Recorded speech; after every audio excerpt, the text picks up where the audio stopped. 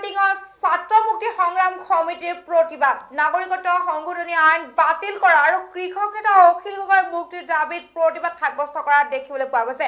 পুনৰবাৰ জনাইছো গোলাঘাটৰ ফৰ কাণ্টিঙত ছাত্ৰ মুক্তি সংগ্ৰাম সমিতিৰ প্ৰতিবাদ নাগৰিকত্ব সংশোধনী আইন বাতিল কৰা আৰু কৃষক নেতা অখিল গগৈৰ মুক্তিৰ দাবীত প্ৰতিবাদ সাব্যস্ত কৰা দেখিবলৈ পোৱা গৈছে। অখিল গগৈ মুক্তি দিব লাগিবই সৰ্বানন্দ হাই হাই হিমন্ত বিশ্ব সংগ্ৰাম সমিতিৰ প্ৰতিবাদ ফৰ কাটিং মহাবিদ্যালয় মহাবিদ্যালয় ছাত্ৰ মুক্তি সংগ্ৰাম সমিতিয়ে গ্ৰহণ কৰিছে মানৱ শৃংখল কাৰ্যসূচী নাগৰিকত্ব সংশোধনী আইন বাতিল কৰা আৰু কৃষক নেতা অখিল গগৈৰ মুক্তিৰ দাবীত উত্তাল প্ৰতিবাদ সাব্যস্ত কৰি বিজেপি চৰকাৰৰ বিৰুদ্ধে খোচৰ হয় ছাত্ৰ সংগঠনটোৱে। গোলাঘাটৰ ফৰ কাণ্টিঙত ছাত্ৰ মুক্তি সংগ্ৰাম সমিতিৰ প্ৰতিবাদ ফৰ কাটিং মহাবিদ্যালয়ৰ সন্মুখত মহাবিদ্যালয় ছাত্ৰ মুক্তি সংগ্ৰাম সমিতি গোটে গ্ৰহণ কৰিছে মানৱ শৃংখল কাৰ্যসূচী নাগৰিকত্ব সংশোধনী আইন বাতিল কৰা আৰু কৃষক নেতা অখিল গগৈৰ মুক্তিৰ দাবীত উত্তাল প্ৰতিবাদ সাব্যস্ত কৰি বিজেপি চৰকাৰৰ বিৰুদ্ধে খোচৰ হয় ছাত্ৰ সংগঠনটোৱে।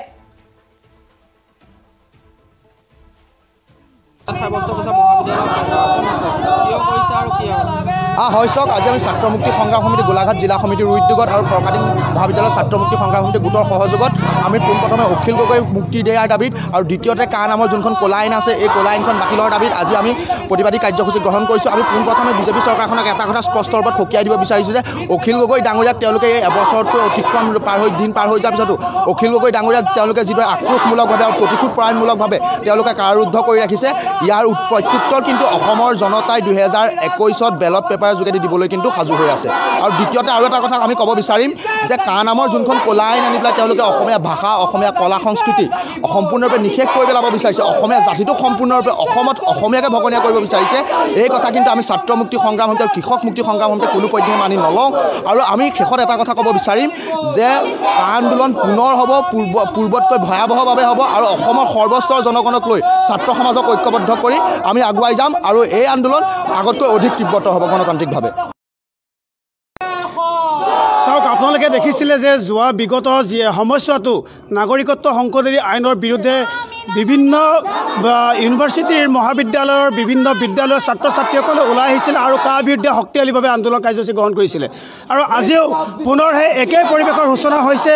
আজি পুনৰ ফকাৰী মহাবিদ্যালয়ৰ ছাত্ৰ ছাত্ৰীসকলে ফকাৰী মহাবিদ্যালয়ৰ ছাত্ৰ মুক্তি সংগ্ৰাম সমিতি গোটেই কা বাতিলৰ দাবীত আৰু অখিল গগৈৰ মুক্তিৰ দাবীত তেওঁলোকে মহাবিদ্যালয়ৰ মুখ্য দুৱাৰত প্ৰতিবাদ সাব্যস্ত কৰিছে। তেওঁলোকে দাবী উত্থাপন কৰিছে যে অতি সোনকালে জনতাৰ নেতা অখিল গগৈ ডাঙৰীয়াক যি দীৰ্ঘদিন ধৰি কাৰাবন্দী কৰি ৰাখিছে অখিল গগৈ মুক্তি কৰি দিব লাগে।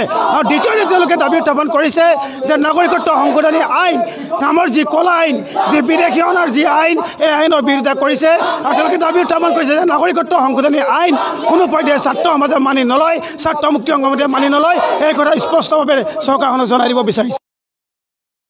হয়, ছাত্ৰ সমাজে আৰম্ভ কৰা এই ছাত্ৰ বিদ্ৰোহৰ পুনৰ এবাৰ আকৌ ফকাটিং মহাবিদ্যালয় প্ৰাংগণৰ পৰা মুকলি ঘটিছে। আমি ক'ব বিচাৰিছোঁ ছাত্ৰ মুক্তি সংগ্ৰাম সমিতিয়ে এই আইনৰ বিৰোধিতা কৰিবলৈ গৈ যিদৰে তেওঁলোকে ষড়যন্ত্ৰমূলকভাৱে যোৱা এটা বছৰ অখিল গগৈ ডাঙৰীয়াক কাৰাৰুদ্ধ কৰি ৰাখিছে।